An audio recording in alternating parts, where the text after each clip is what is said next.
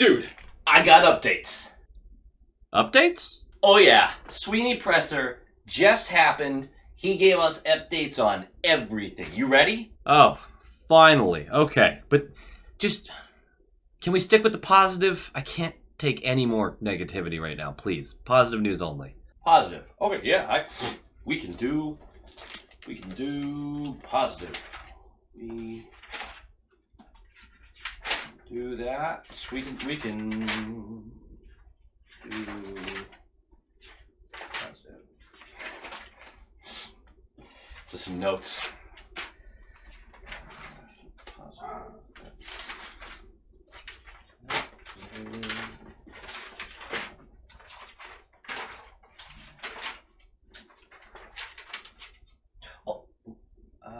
No, he's not ready. Not ready for camp.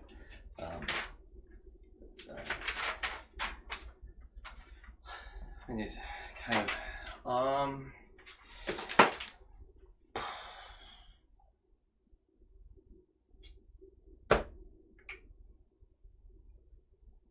hockey's back.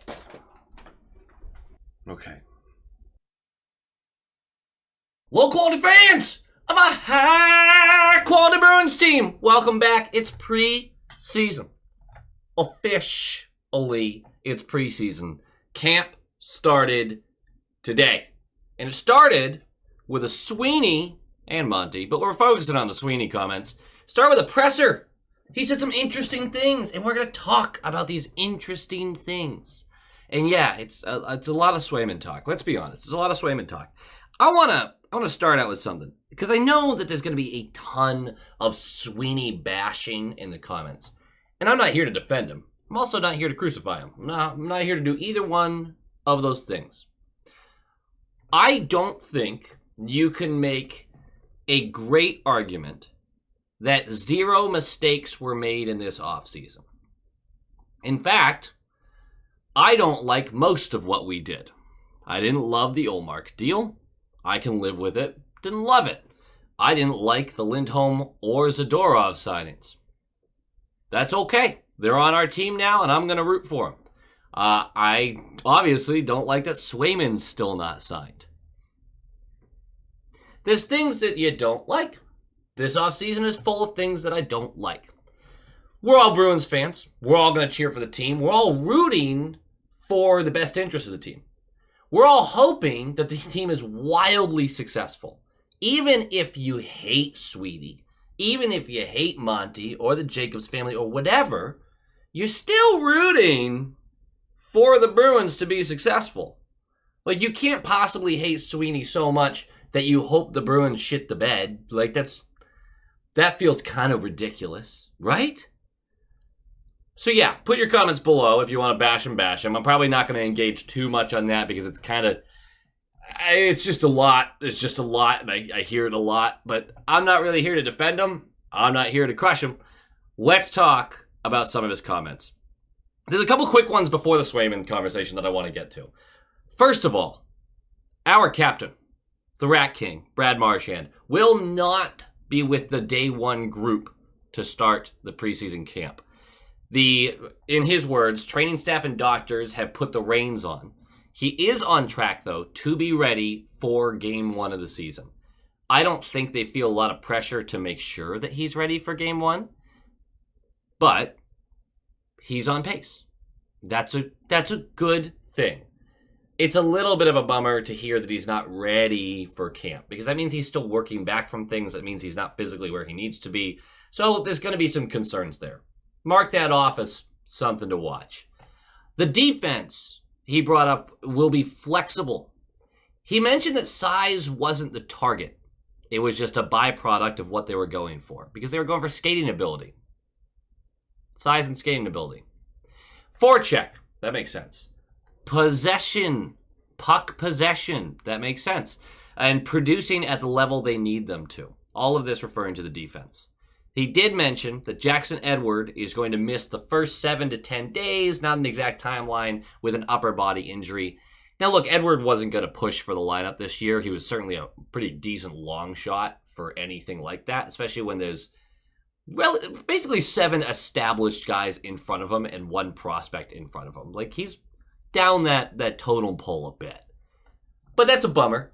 But it was interesting to hear him talk about the defense and he kept bringing up the fact that he wants them to be involved in the possession game and to contribute offensively, which I think we've had a decent run of, but we haven't had a defenseman that we can truly lean on for at least last year. 2 years ago, Hampus obviously was going nuclear for a lot of the season until he got hurt. Hopefully Hampus can return to some of that. But all in all, the defense is going to have to be flexible. They're not sure what the partnerships are going to be yet. And I don't think anyone is. I don't think Monty even really has an idea of what game 1 is going to involve for his defensive pairings. I still think, and this was from weeks and weeks and weeks ago, I still think that the defensive pairings are going to be flexible mid-game by design.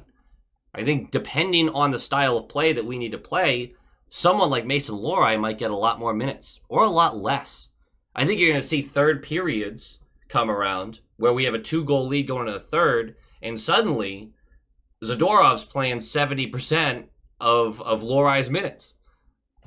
I think that's by design, and they're going to be very, very flexible with their partnerships.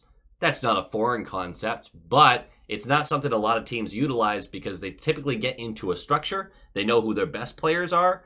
Because of the evenness of level and NHL talent, supposedly we have on the defensive end, I think they're really going to mix them up a lot through the games. Not even just a season, just through the games, depending on what's actually happening. Another quick one, Monty extension. There have been talks about an extension. That's all we got. That's all we got from Sweeney. And honestly, that's all we care about. That's fine. Don't need to talk much about that. Fabian Lysell and Georgi Merkulov. He mentioned them answering a question just about, their ability to get on the team, basically. And there was a question presented that was more or less along the lines of, where is Lysell going to slot in when it comes time for the season? Sweeney gave the perfect answer for this, in my opinion. That's up to Lysell. He basically hinted that anywhere in the top 9, he could virtually be. Obviously, there's people in front of him for top line duties or anything like that. But he didn't guarantee him a second line right wing spot that's glaring at us right now as a wide open spot on the roster. He also didn't guarantee that he's going to have to earn his way there and start on the third line. No, he said that's going to be determined by him. He pointed out his ability to win battles one-on-one in open ice. He pointed out that he needs to be a reliable player. And Mujanel had just said something similar to this when they talked to him for a presser a couple weeks ago. Lysell and Merkulov have to play 200 feet. They have to. It's the Boston Bruin way, right? Lysell's not offensively gifted to the point of Pasternak. It's just not who he is. He's greatly offensively gifted. His skating ability is amazing. But you can't assume he's going to be Pasta. Pasta, defensively, isn't our best forward in that regard. When you're a young guy trying to make the team, you have to win your minutes. That means playing 200 feet. And I think hearing it once again from the front office, like these guys have to come in with the mindset of playing winning hockey.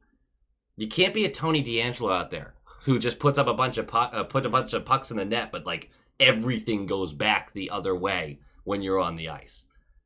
You have to actually be a winning hockey player. I don't know why I just randomly dunked on Tony D, but it happened. I'm not correcting that. Merkulov was also the subject of a question that I thought was pretty interesting. Basically asking Sweeney, I'm summing a lot of this up, do you feel any pressure? Merkulov's been a great player for 2 years in the AHL. He was an AHL All-Star. Do you feel pressure to get him into the NHL lineup, to tip your cap to him, to say, hey, you've earned this? And again, this was a perfect answer to me. Because Sweeney's response was, I don't feel any pressure at all. Duh. Right? Why would a GM feel pressured to put a guy on the NHL squad if they're not the best player available? I want to see Merkulov play on the Bruins so badly, consistently, and play well. I want him to be a third-line trigger man. But he has to earn it. And I don't think that this coaching staff or front office is still in the mindset of having to have veteran experiences above the young, talented prospects. I think these doors are wide open. But if Merkulov doesn't force his way through, which is what Sweeney says, he says Merk will force his way into the lineup if he's a good NHL player.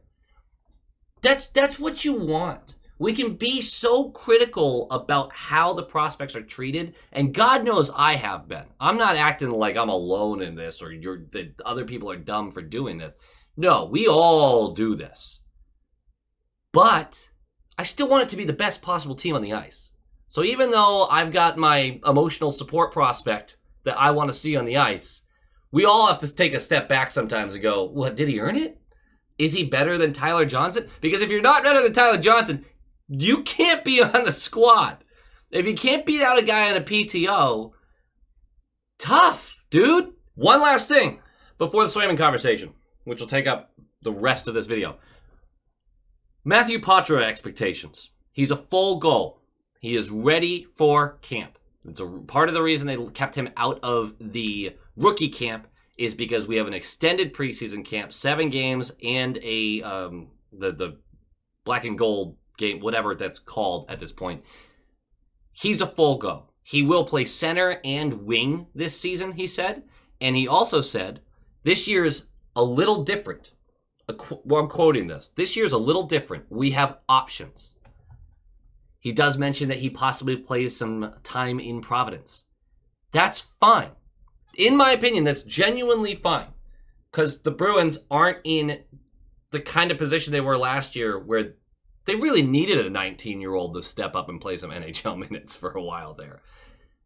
I think Poitras is still going to force his way into the lineup. I'm not really all that concerned about it. But if he doesn't, fine.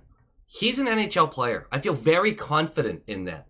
If he needs a little bit of time in Providence to get back up to speed after basically 10 months off, fine. I don't think that needs to be a huge pressure point either.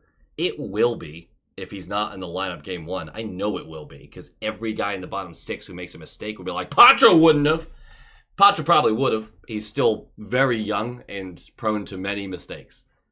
All these points, maybe I'm just being positive here. I really trust the front office with these things right now and the coaching staff. I trust them with Monty's extension because right now, I don't want to get away from Monty. I'm not like, oh my gosh, we got to keep him forever. But if they did like a 1-year extension, 2-year extension, I'm fine with that. You can still fire the guy if you need to, you know? A 6-year extension is where I'm like, what? That's a whole different thing. But the way we're approaching our lineup, the way we're approaching how this team has improved, I kind of agree with it. Do I agree with all the moves made in the offseason? I just said earlier, no. But I'm going to go with optimism right now.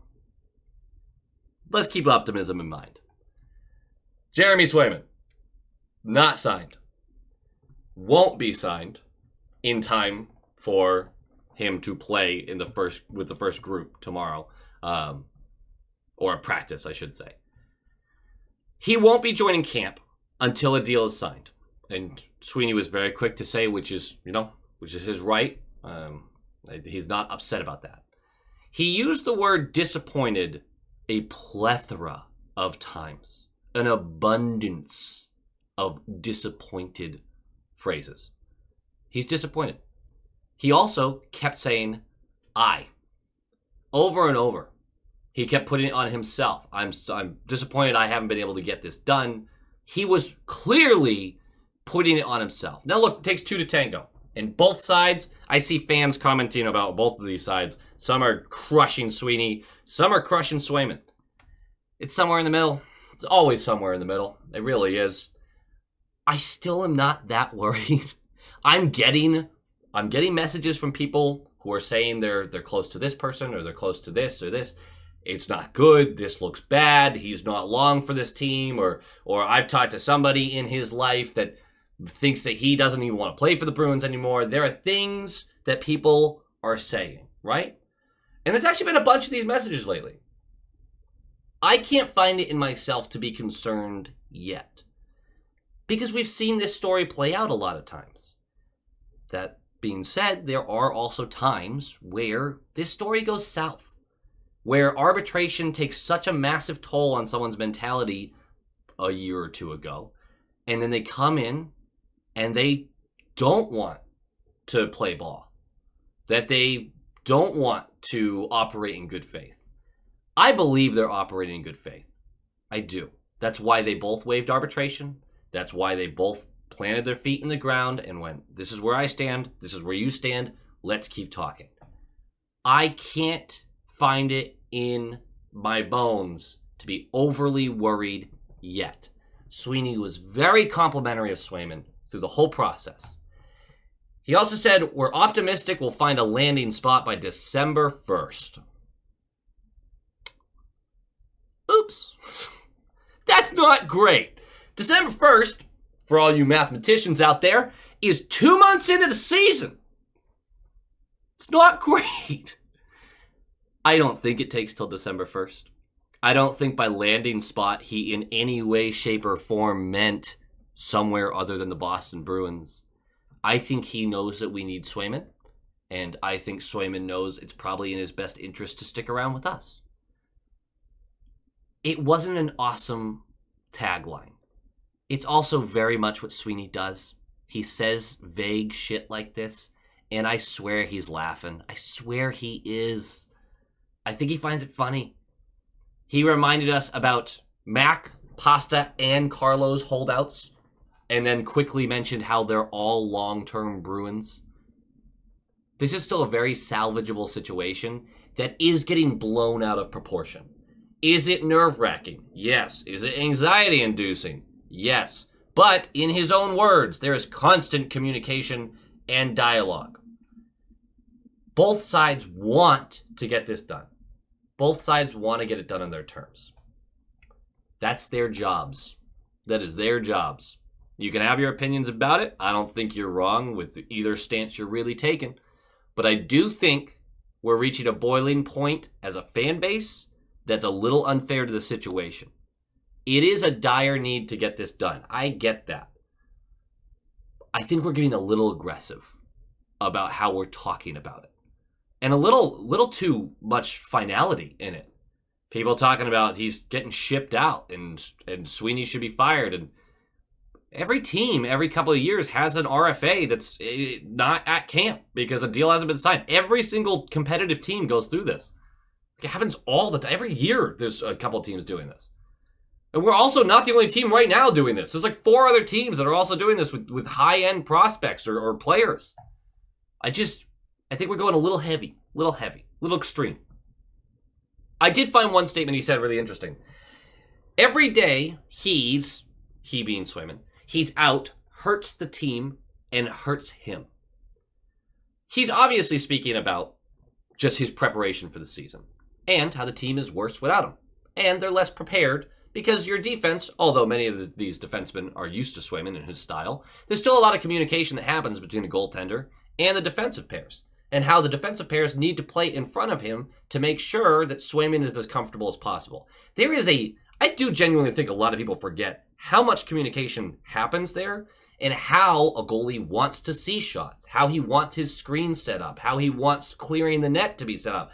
There's a lot that goes into angles and vision and where the defensemen need to be in the defensive structure, but also allow the goalie to be as confident as possible. I mean, there's stories about goaltenders who got upset at their defensive pairings for blocking easy shots. If it's a whimper, like, let me get it. Let me feel the puck. Like, don't take that away from me. Stat padding a little bit, obviously. But that's like a real conversation that happens in NHL locker rooms. Don't jump in front of shots that you don't need to. Obviously, a coaching staff is going to sit there and be like, whoa, jump in front of every shot ever. A little bit of give and take. It does hurt everyone involved. Fan base, front office, coaching staff, team, and individual, the longer Swayman is out. It's just part of it. We've seen the story so many times. We've seen it take a bad turn too. I'm not saying it's impossible. It just usually works out. I'm still nervous about giving him huge money for 8 years. That's such a huge commitment to a very weird position. Korpisalo, coming back in the Ullmark trade, was unrelated to this scenario.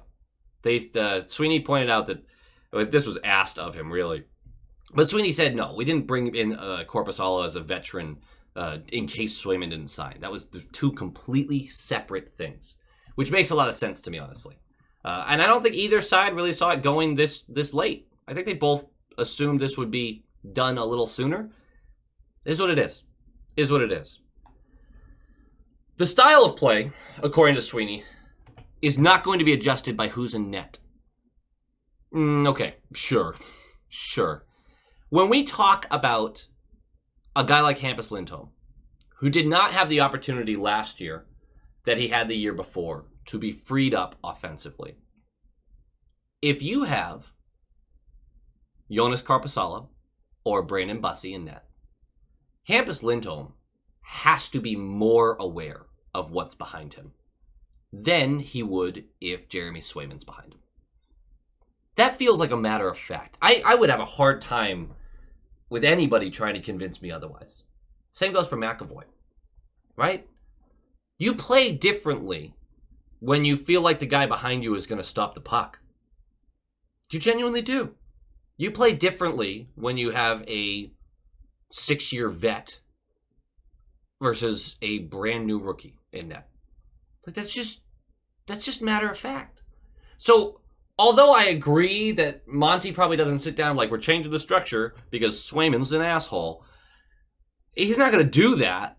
But the team is going to play differently in front of Swayman versus Korpisalo versus Bussi. Like that's very obvious to me. So I thought that was interesting for him to break out that line that it's not determined by who's in net. The question came off a little audacious initially when they asked, but I kind of think that it very blatantly will change. That felt a little bit like, duct taping over the crack in the transmission. Going, no. It doesn't change anything. It's fine. Don't worry about it. He does, this is still included in the Swayman conversation. He mentions Spit and Chicklets, the Spit Up on Yourself podcast, and the inaccuracies of their reporting. Great entertainment, he says, but not a lot of fact-checking. Don't report it as fact. He goes on a little bit of a rant, calls it bullshit that someone said that he didn't communicate with Swayman's camp for 3 weeks. Like, literally calls it bullshit. He uses the word bullshit. But he goes on this rant that basically ends with, don't report it as fact. If you're going to do an opinion piece, make sure people know it's an opinion piece. It's that simple. It's actually a big reason. People talk to me about Spit and Chicklets a lot. I don't have any ill will towards Spit and Chicklets. I don't have any ill will towards beat reporters of the Bruins or any of these. Like, I have a ton of respect for a lot of these guys. I don't like Spit and Chicklets. It's not my form of entertainment. They are entertainment. I used to listen to Spit and Chicklets a lot. Years ago, I used to listen a lot. It just stopped being my form of entertainment. It wasn't for me. And that's okay. We all have differences there. But part of it is, I don't like where they take things. I think they raise it to a level that's clearly untrue or dramatized. And it's inaccurate and sometimes harmful. I find it silly. And yeah, I can see why people who actually work in these front offices and teams get frustrated with it. And Sweeney was the first to admit, like, that's just part of the business now. Like, that's just it. But don't report something like that like it's fact. And then try to backpedal. They're trying to get Sweeney on the show. I don't appreciate it. I've always been like that. I've always talked about how I don't like clickbaity stuff. I don't enjoy that. And they do a lot of clickbaity stuff. They also get to have a lot of insider stories with players that they knew or they're in a lot of rooms. Like, that's great for them. It's not really my vibe of entertainment. I don't like the way they do their stuff. Again, this isn't like me crapping all over them or hating them, but it's very much me understanding that it's frustrating watching people report things as fact. If you are on Twitter over the last 24 hours, you saw a lot of people report things as fact. The Greg Hill show is one that I have zero respect for. That's one I'll be a little more aggressive about. Because they make shit up. All the time, they make shit up. Like, look at their track record. They make shit up. And they made up the 8 by 8.5, which still might end up being the deal, by the way. And then they'll backtrack around and be like, we knew the whole time. The deal hasn't been signed. Sweeney was adamant the deal has not been signed. I think I'm going to trust the guy who also has to sign the deal that it hasn't been signed. The guy who's telling us that his franchise goaltender will not be available for camp while he's getting crushed by the fan base and media. If the deal was signed, he'd very happily say, yeah, we got it done. Please stop being mean to me. The Greg Hill Show makes shit up. They do. And that's what they did. And now everyone's laughing at them, which they should be. I don't respect that kind of shit. No one should. It's just clickbait. It's just to drive up viewership. There's just too much of a rant about this. I went way too long on this. All in all, there's not a lot of good news on the Swayman front. I just can't help but be optimistic, though. I think it gets done. I really do. I think Swayman wants to be a Bruin. I think that team loves him. We'll get it done. I think the contract is going to be heftier than I want it to be. I'll get over it, especially if he continues to be an excellent goaltender. I'll survive, okay? I'll stop crying one of these days about money that is fictional to me. It's not real money to me. Or you. It affects the team, obviously, but I'd rather have a Swayman than a Korpisalo. I'm just going to throw that out there. Last thing about this presser that I thought was interesting. Someone asked the best question. I don't remember who it was. And I actually feel bad that I don't have all the names. They didn't say the names of the people asking the questions, unfortunately. Basically, the question was, how did this team improve? Not in like a, well, are we even better? But in a genuine, how do you see this team being better than last year? What takes us to the next level? The things that he said, stronger forecheck, that came out in everything, by the way. Any time he got to talk about system, stronger forecheck. We last 2 years got roasted by an excellent forecheck from the Panthers. No wonder this is on Sweeney's mind. Skating ability, up and down the lineup. Something that I actually genuinely agree with. I can dislike some of the signings. It's hard to find a bad skater on the Boston Bruins right now. You have a lot of options to trot out, and they're all pretty solid skaters. He pointed out the butt cheeks power play and how the second half of the year, it was abysmal, horrendous, gross, and not in like the sick, nasty kind of way. In the actual, I want to vomit on myself, what the hell was that kind of way. He didn't say those statements, but it felt like the underlining tone. So he thinks that Elias Lindholm is going to be a big help in that regard, particularly on the first unit, obviously on the first unit. I kind of agree. I do. He wants to create anxiety up ice. That's more on the forecheck once again, but I just really love the way that's phrased. We want to create anxiety. Do you guys remember when the Patriots beat a little team called the Falcons in the Super Bowl? 28-3? You remember that. You remember that. Good times. The anxiety after a couple of touchdowns by the Patriots is what won them that game.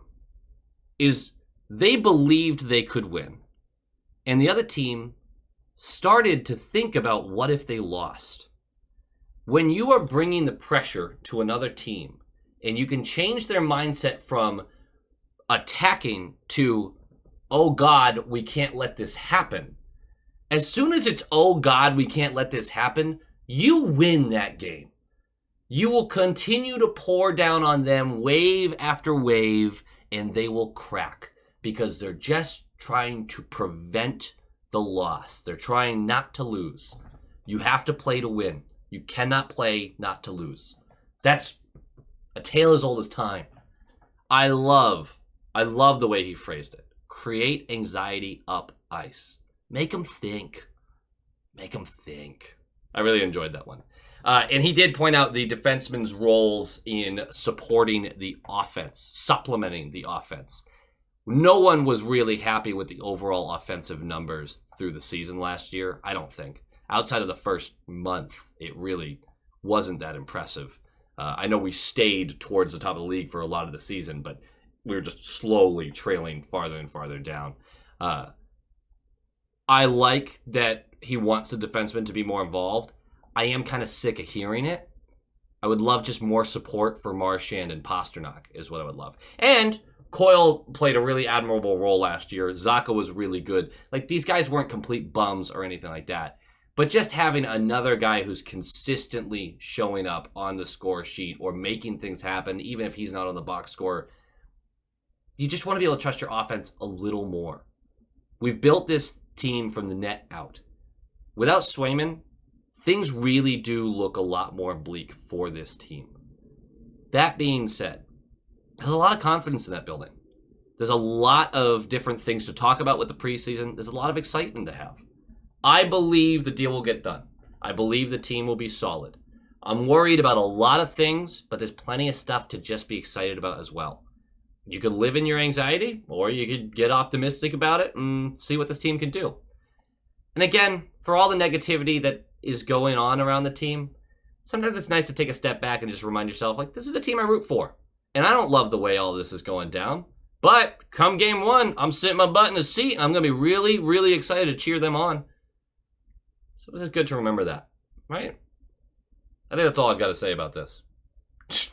Half an hour later. Whoops. Go Bees. Go Bees! And of course, we have to say a big old thank you to the high-quality inspectors who happen to all be 10 out of 10s. Not sure if you guys knew that. We've got our top-line tier inspectors, GD Viperworks, Tiffany Hagel, Chris and Erica, Len Cruz, Moonlighter TV, The Bugman, Brock Nope, Han Slomo, Coach D, The Atomic Lizard, Bradley Johnson, Aaron Adams, Just Aaron, Darren Woodbury, Brett Arney, Pinsent, and Nick Zatrullo. Absolute studs. 10 out of 10. I'm not kidding. Every single one of them. And, of course, there's the highest of high-quality inspectors. The all-star tier. 12 out of 10s. Can you believe it? So hot. We've got the Mad Marcus, Adrian Winter, Tyler McCourt, Tupton D. Tashi, John Kirk, Jacob Pratt, Heil E. Coyote, Michael DePaulo, Wolf Warrior, Vinny, Adam Ella, Bruins Smash, Joel, Abraxion, D.A. Kingery, The Only Newts, A Tasty Snack, Doots42, and Jeremy. You guys are stallions. You're all legends, and I cannot tell you how much I appreciate you and your help with keeping this channel going. Thank you, and go Bees.